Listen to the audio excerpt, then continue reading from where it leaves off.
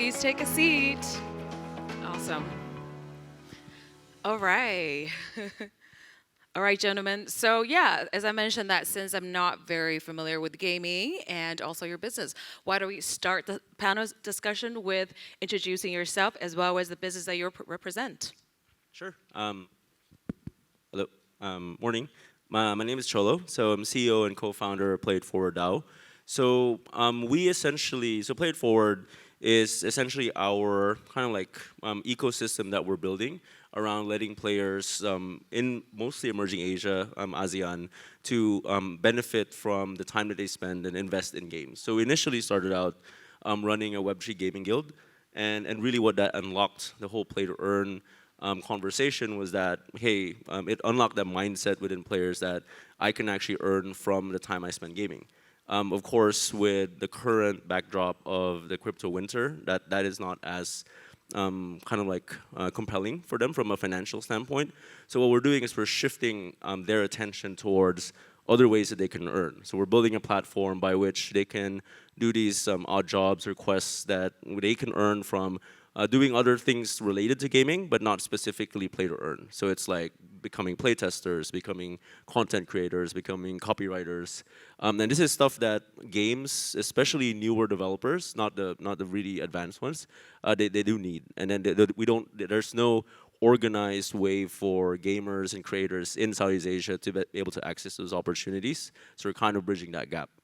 So that's part of what we do, and we're building an ecosystem around that, including working with a lot of KOLs. We have about 40 KOLs now signed with our ambassador program, and we'll talk about it a bit later. But these are like KOLs with more smaller audiences, not the mega KOLs, because we want to help them really up tier their brand and scale it up to a much bigger audience. Right. Can you explain what is a game guild, just for my own personal sort of understanding, right? Sure. So Game Guild, I guess, is essentially very similar to the old Web2 Game Guild. So if you guys played World of Warcraft or those kind of big MMORPGs, there's guilds that sprout up to complete certain objectives. And essentially what a Web3 Gaming Guild is taking that idea and is making it a bit more structured. So we have players playing multiple types of games. We have a community that we kind of manage. And then within that guild, contribution increases their kind of stature within a guild. So they get access to more opportunities. They get access to different types of things. So ultimately, it's down to a bunch of players going after a similar objective. And for us, that's play and earn and exploring this space in a more meaningful way. Right. Okay. Nicholas, why don't you tell us about what Gold Star Acquisition has been doing, and what are the fun and new projects and creator world of gaming space that you guys have been involved in? Yeah, thank you. First of all, it's great to be here. Good morning, everyone. Good afternoon. Right. Are we standing between them and lunch? I'm sorry. Are we the panel that's standing between them and lunch? Yes. I mean, think we so. have one session after this. Oh, okay. So we're not too bad. We can. Right. Well, I mainly invest in the media entertainment space, more specifically gaming content creators. Global Star is one of the vehicles that we have that's is listed on Nasdaq, and we're looking to acquire business. Right. I think for my view of the ecosystem, if there's, let's say a spectrum of creators who, let's say, they build games, and then you have creators who play games but create a lot of content that engages a lot of gaming fans. Esports would be one of those. Esports teams, esports players, celebrities, and then perhaps you have those who are just who create content in general to engage their audience online, and they happen to then also, let's say, engage with gamers or create content that's gaming. So across, let's say, this three categories or this spectrum, I actually have investments across all of them. And I hope we get to talk about some of them today, but I think it sounds like we'll be a bit more focused on the creators who perhaps create content to engage with gamers. Right, because just yesterday I've also learned that there are different types of creators actually in the gaming world, right? And that's just mind blowing because we're not only talking about like creators who are just creating content that's funny or with beauty product, but also it's actually really catering to gaming and also like all these people just doing Twitch live stream, right? That's just mind blowing. For the most part, I don't even know why everybody's so excited, right? Like I think, but these are the type of creator that you would like to dig further today, right, Nicholas? Whatever we want to talk about. Yeah, absolutely. So I mean, so Nick, so as a from investor's perspective, right? Like you've invested in like so many gaming projects, Web3 gaming or creator. So can you give us a little bit of landscape that you see in the sort of the gaming as well as Web3 gaming sort of industry? Yeah. Well, some of the big shifts where I mean, gaming saw a huge lift in the last 2 years, especially during the pandemic. Some of the companies that we saw like a 30, 50, or 100% kind of like uplift in growth, and then the analysts in the industry are talking about, oh, maybe it's coming down a bit now. It's pandemic, people are getting out. One of the trends that's surprised or maybe didn't surprise was VR, right? We've been looking at the space for more than 10 years. It's like always coming, but not so sure. And then last year, I think VR was one of the biggest sales ticket items for Christmas, right? Black Friday and all that. I think today, is it the Quest 2, right? Said that they've sold about 15 million units. They've sold $1.5 billion on their Oculus store. But when you talk to somebody who's trying to put content on the apps on the Oculus store is incredibly hard, but still they've sold 1.5 billion, right? So I think at least there's some level of adoption as creators can look forward to start to put some content there. Obviously, Web3 is a big trend. We saw the game industry, kind of resist and fight it for a long time because they're very used to centralizing the economics and the economy within the game publishers and the game, and then this whole trend came up, like, guilds, play to earn. It came up, and I think one of the big things about play to earn, and I'm sure we'll talk a bit more about that, was during pandemic we saw, like, I think stories like, I think it was, like maybe sole breadwinner lost his job or passed away because of COVID, and then like the young gamer in the family stepped forward and said, I'm gonna get some shit done or something, and then and then start playing games and started making money, and started that little hobby or passion started feeding the entire family for months, right? So that was a big major trend, and obviously that space is maturing very quickly. Wow, that's very interesting. So going back to you, Cholo. So there are the creators are actually part of the like an audience in your ecosystem, right? How can they be integrated into Play Forward DAO? So basically, I think the whole play to earn landscape, I think in the Philippines, which is our biggest market, it really kind of started blowing up because essentially of these micro influencers. So you had, I think at the peak, you had about anywhere from 1,000 to 2,000 gaming guilds in the Philippines, of which a large proportion of that was actually micro guilds of like a couple of 50 or so players that are essentially following just one influencer. And these influencers are just like pushing out content out there like, hey, I earned $400 this month from playing Axie Infinity. You can do the same. And then that essentially just really created that whole ecosystem around play to earn. And that they were a very integral part, if not, I would say the driving force of how quickly this got out to many people. As Nick mentioned, it was pandemic. There was very little by which people could do it other than be on YouTube, be on Twitch, be on Facebook.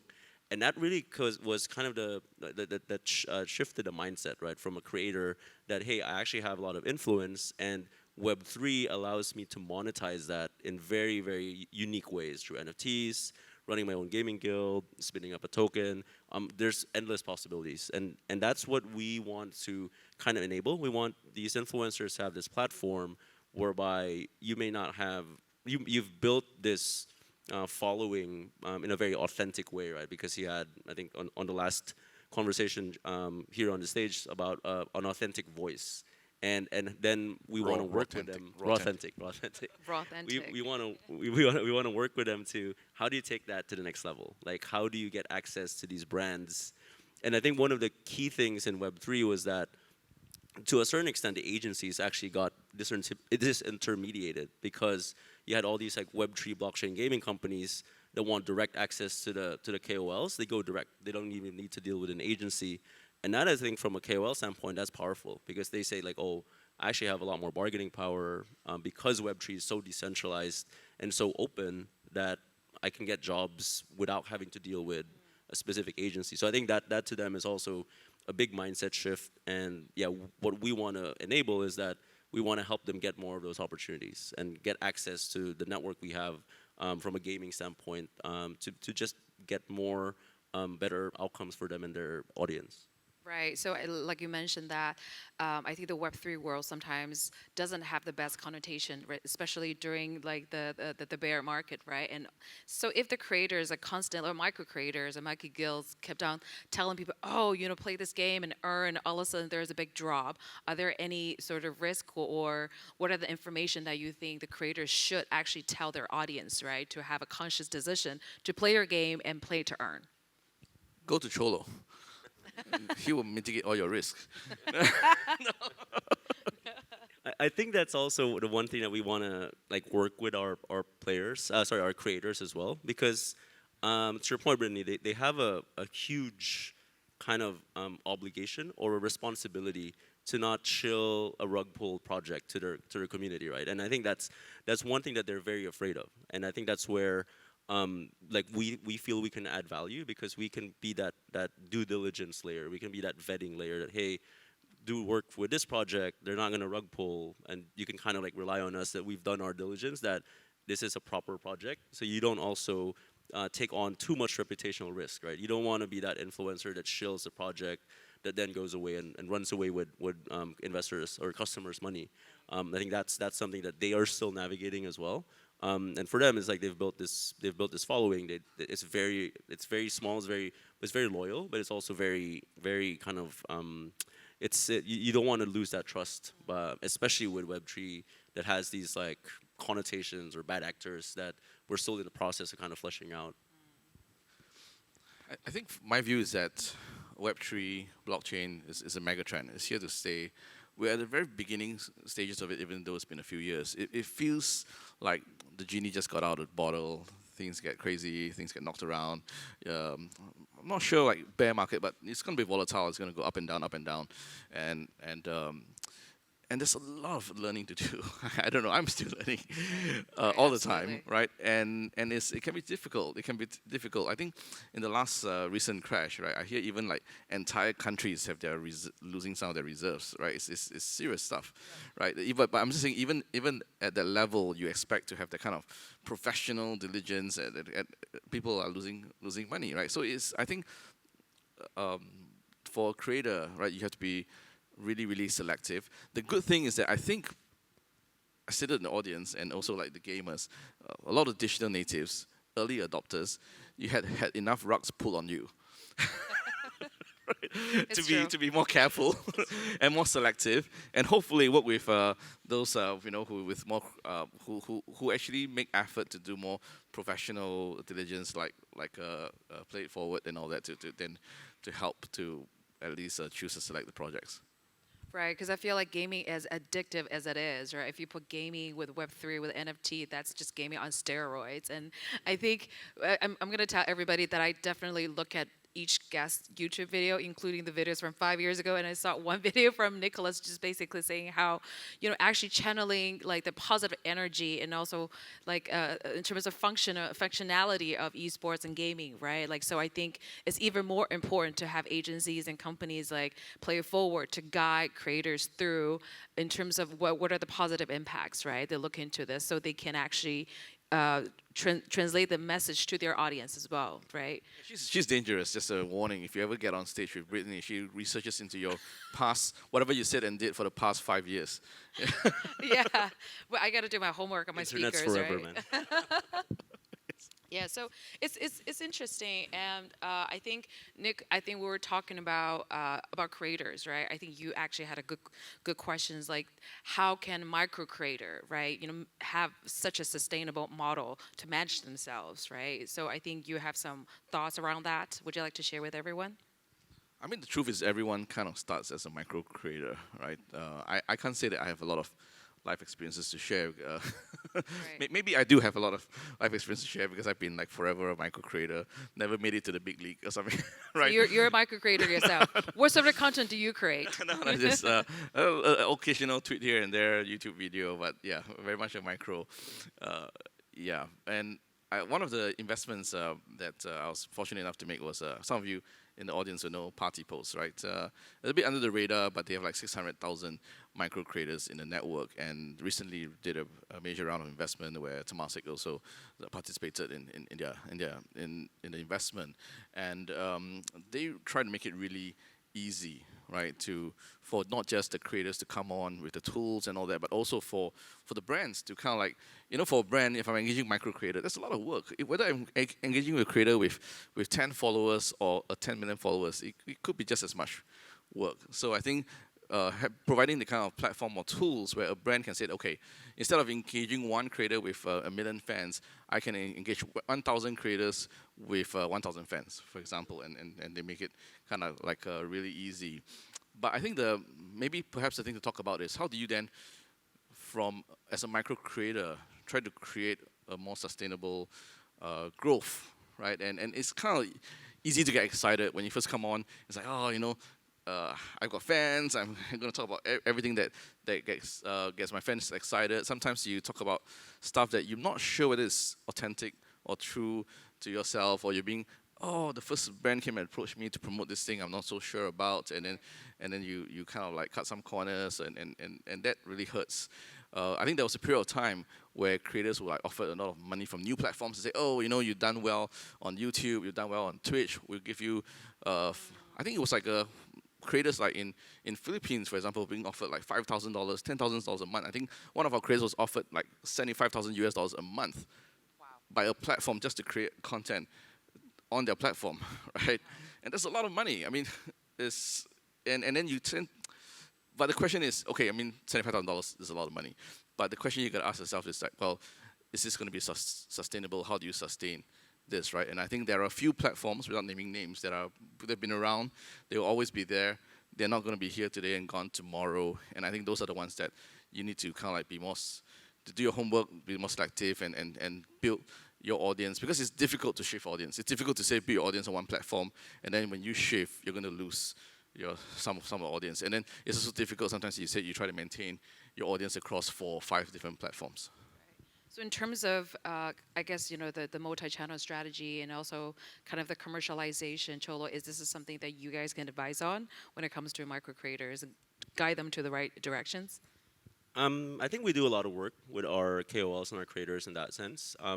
What we always, I think the previous panel spoke about it, but I think creators are very good at storytelling. And I think that's one way that you can continue to sustain an audience, is that you are telling a story that goes from point A to point B in a very meaningful way, and that resonates with them. So we always kind of like encourage them, like, hey, figure out who your core audience is, who the guys that have been there, been stuck around from the beginning, and figure out how do you keep your content fresh, how you keep it engaging. Of course, we help by bringing brands to them so that they can have the financial aspect kind of sorted away, and then they can continue to tell that authentic story. And I think some of the really kind of like key, that's why the one thing that we also are looking at is esports, because esports, following a player's journey is a great story, and that's from a whole standpoint of how you build the brand alongside that is a great learning experience for most players. But you can build that for any type of influencer, any type of content creator in esports, like a shoutcaster or like an analyst. All these guys have great story arcs, and you build your audience because of the story, not because of the brands that you keep bringing. But yeah, I think that's something that I think creators need to really think about. Sure, you get the financial aspect of it, but is it authentic? Is it true to your target audience? Right. So in terms of brands, now you just mentioned, how do we actually integrate brands into this whole ecosystem? How do you actually deal with the creator? Is it just like any other creators out there? You have brand collaborations, or are there any other new ways that actually introduce to creators to work with brands? From our side, because we're more focused on Web3, I think we kind of use that as a tool to incentivize behaviors, and also kind of like make the process a little bit more fresh. So, for example, like when our KOLs run streams, and it's sponsored by game partner of ours, then we can give away NFTs during that whole stream. Is it And brand sponsored NFTs or just uh, it's just like a for right now, it's like game developer sponsored NFTs. But gotcha? as you open that up and as you build that platform, I think what we want to build is a more direct access for brands to audiences. So we'll have like a roster of KOLs, and if you want to specifically target a certain demographic, then you can do that, and you can activate on that basis. So right now, essentially, what we're building is the audience and the army of influencers and KOLs.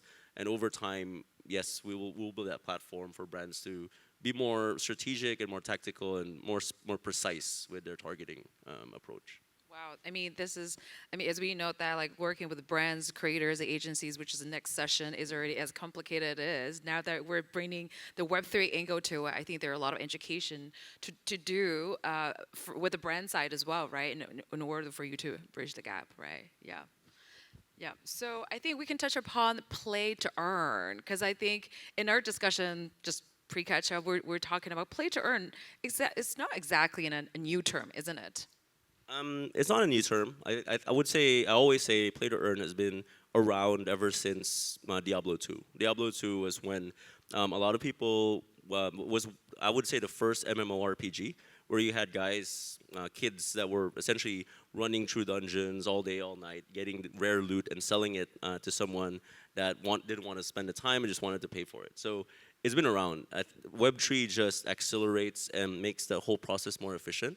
And what we're seeing now is that, yes, a lot of the AAA studios are thinking about introducing NFTs into their games, but as Nick mentioned, a lot of pushback has happened from the fans, so they've kind of like slowed down on that basis. But I would say that what Play to Earn over the last 12, 18 months, what it's proven is that if you provide a financial incentive for players to spend their time in a game, they will direct their attention to that. So that's why the platform we're building is allowing players to earn while playing, but not necessarily in the whole farming for items, farming for gold perspective. It's more earn via playtesting, earn via just doing random tasks in a game, earn via doing marketing or creating content. And that's, I think the initial Axie Infinity Play to Earn rise helped shift that mindset from a player standpoint that, hey, I can actually earn while doing my passion, which is gaming. And like then now they're always on the hunt for like, how do I earn? What game can I play? How can I make money off of it? Very much, I would say a dynamic that's really starting here in more like emerging Asia, but also Latin America, India. That's the whole mindset is shifting, which is really interesting. Because I think you also mentioned it's play and earn, right? Because a lot of people are just playing the game for the sake of just earning money, not because of it's actually the entertainment side of things. So I think it's really important to steer everybody to the right directions, right? So I think the last question is probably for Nicholas. Obviously, you've invested in like 700 games and so many MCNs and content creators. So like I mean, just now we saw a few game developers, content creators, and also just game players, right? Like, what do they need to do to get investments from you? First of all, it's not 700, more like closer to 70. But but thank you. They'll like to get that. Maybe if everybody come in and we and pitch and we can co-invest together, we'll get to 700. If I have that amount of money, then for sure. But yeah, do you have any advice, for them to even look at them in terms of creators, game developers and stuff like that? I think we look at a lot, just high level, right? We look a lot at the team, the experience, the passion, the track record of the team. I think that's important. The passion is important as well. I think individual creators, at least in this part of the world, usually if you kind of like just pitch it as investment, is not so straightforward. There are a few individual creators who have taken investments, but you have to see it as a business, and you got to see how to make it, how sustainable it is, what's the plan, and usually in this part of the world, a network is easier to invest in. I remember I was in the US speaking to some VCs. about investing in the creator space. And at the time, this maybe like 3-4 years back, everyone's like, oh no no no, we've done that and we've all lost money, right? So there it is not an easy space, right? You need to understand, and I think maybe for myself, having a view of the ecosystem and have kind of like trying to derive synergies of the ecosystem is kind of like increases the chance of success. So from my point of view, I look at, okay, how does this project or this idea fit into a wider ecosystem, be it here in Southeast Asia or in other regions globally. It helps that if you're really kind of like making revenue, you don't necessarily have to be profitable. These days, because of where the market is, some investors prefer to look at projects that are really profitable, but profitability shouldn't be the first most important criteria, right? It should be your idea, is it cool, is it sustainable, and then being able to make revenue from it is, I think, some kind of proof that this idea can take shape, that you can grow. Would you also provide guidance as to like how, if you see a good project and the roadmap, you see the great potential, maybe the team needs a little bit of help, right, in terms of introducing like a lot of different aspects. Would you go in and help as well and guide them through the right directions? I think once like for myself, if I'm invested, then we're kind of like on the same boat, right? And it's important to kind of then provide support. And so I personally spend a lot of time with companies that I'm invested or involved with to help. Both, it's two ways. I learn from the founders and the creators, and as well as share my perspective of what I'm seeing. And I think that hopefully, because the space evolves very quickly, there are always new players, new trends coming into the scene. We see new technologies. We mentioned about VR. I think just last week or a few weeks back, I was seeing a technology. Some of you might have seen this called Volta. Volta is like it helps you to create your own environment within, let's say, a Twitch or YouTube very quickly, and then your fans can go in and engage with you. They can control you, can make you do things, and all that. So there's a lot of innovation, a lot of changes in the scene, and it helps just, I think, in the learning process, right, to have trusted people to come together in a community to share knowledge and learn together. I think that's very interesting, and obviously, being you, as you mentioned, that you have to learn constantly because the space just changes so quickly, right? And sometimes something looks amazing, could be a fad in the future, right? So I think it's also important for everybody to learn upon the latest information and see if this still has the potential in the future, right? So we have 1 minute left, but so Cholo, tell everybody how can they get on your platform? Sure. So our platform is kind of live. Anyone can go in and start doing quests and start earning from it. So just kind of like go through the motions. As a KOL, I think we're always kind of open to speaking to more influencers and looking to be part of the ambassador program and benefit from that in terms of just being able to up tier, whether it's access to game developer kind of clients, or at the same time just really help around building and nurturing your audience. So yeah, I mean, I'm happy to speak to anyone that's just interested, because I think we're really just wanting to build that ecosystem and build that as mentioned, army of KOLs that brands can access into their audiences. This is fantastic. I wish I'm a gamer as well. But thank you, gentlemen, so much. Round of applause for these gentlemen, and please make sure to talk to them after the session. Thank you.